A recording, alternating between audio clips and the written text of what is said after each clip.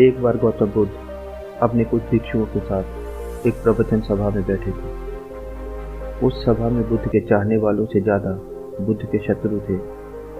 यहाँ तक कि जिसने वह प्रवचन सभा आयोजित करी थी वह भी बुद्ध से ईर्ष्या करता था।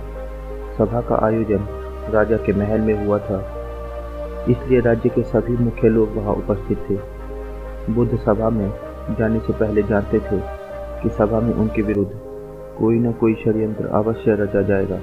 सभा में जाने से पहले बुद्ध का शिष्य आनंद बुद्ध को चेताता है कि बुद्ध, आपको वहाँ नहीं जाना चाहिए। वहाँ के लोग आपके साथ दुर्व्यवहार करेंगे। ना जाने उन्होंने आपके विरुद्ध कैसा षड्यंत्र रच रखा हो, लेकिन बुद्ध अपनी करुणा के चलते वहाँ जाने से खुद को रोक नहीं पाते। सभा की शुरुआत होती है। बुद्ध के साथ कुछ तीखे प्रश्नों से बुद्ध से ईर्ष्या करने वाले लोग यह प्रयास करते हैं कि बुद्ध से कोई ऐसा प्रश्न पूछा जाए जिसका उत्तर बुद्ध ना दे सके, परंतु बुद्ध सभी प्रश्नों के उत्तर बड़ी ही सरलता से दे देते हैं। सभा में उपस्थित लगभग सभी लोग अपने अपने प्रश्न पूछ लेते हैं और उन्हें उनके उचित उत्तर भी मिल जाते हैं।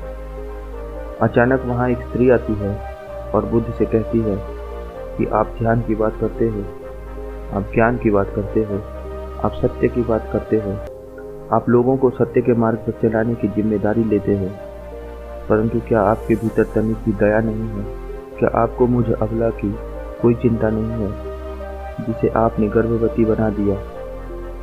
क्या आपको मेरे पेट में पल रहे बच्चे की कोई चिंता नहीं है? उस स्त्री की बातें सुनते ही सभा में हड़कंप मच जाता है। सभी लोग एक दूसरे से बातें करने लगते हैं।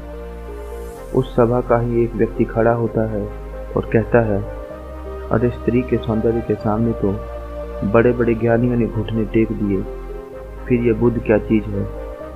फिर कोई और खड़ा होता है और कहता है, हमें बुद्ध से यह उम्मीद नहीं थी कि बुद्ध इतना नीचे गिर जाएंगे।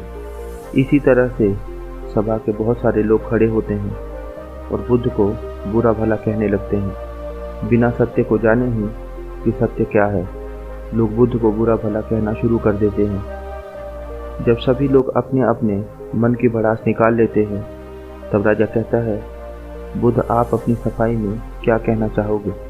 राजा भी बुद्ध से ईर्ष्या करता था। वह चाहता था कि बुद्ध बदनाम हो जाए।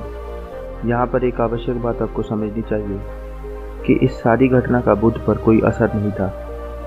ना तो लोगों के अपशब्दों का बुद्ध पर कोई असर था और ना ही उस झूठी स्त्री का जिसने बुद्ध पर आरोप लगाया था। जानते हो क्यों? क्योंकि बुद्ध जानते थे कि सत्य क्या है। वह अपनी नज़रों में ठीक थे। सूत्र यही है कि चाहे पूरी दुनिया आपके खिलाफ हो जाए, अगर आप अपनी नज़रों में ठीक हैं, अगर आप जानते हैं कि आप सत्य के साथ हैं, आपका कोई कुछ नहीं बिगाड़ सकता है। सभा के सभी लोग संदेह में थे।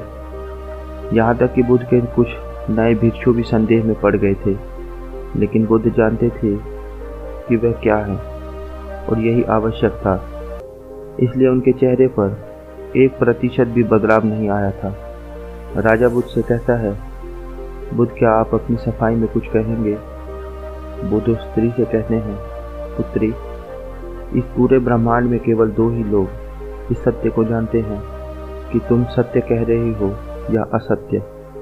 इससे पहले कि बुद्ध कुछ आगे कहते, वह स्त्री अपनी नज़रें चुराने लगती है। असत्य का सहारा लेने का अर्थ है कि आप अपने भीतर डर का बीज बो रहे हैं।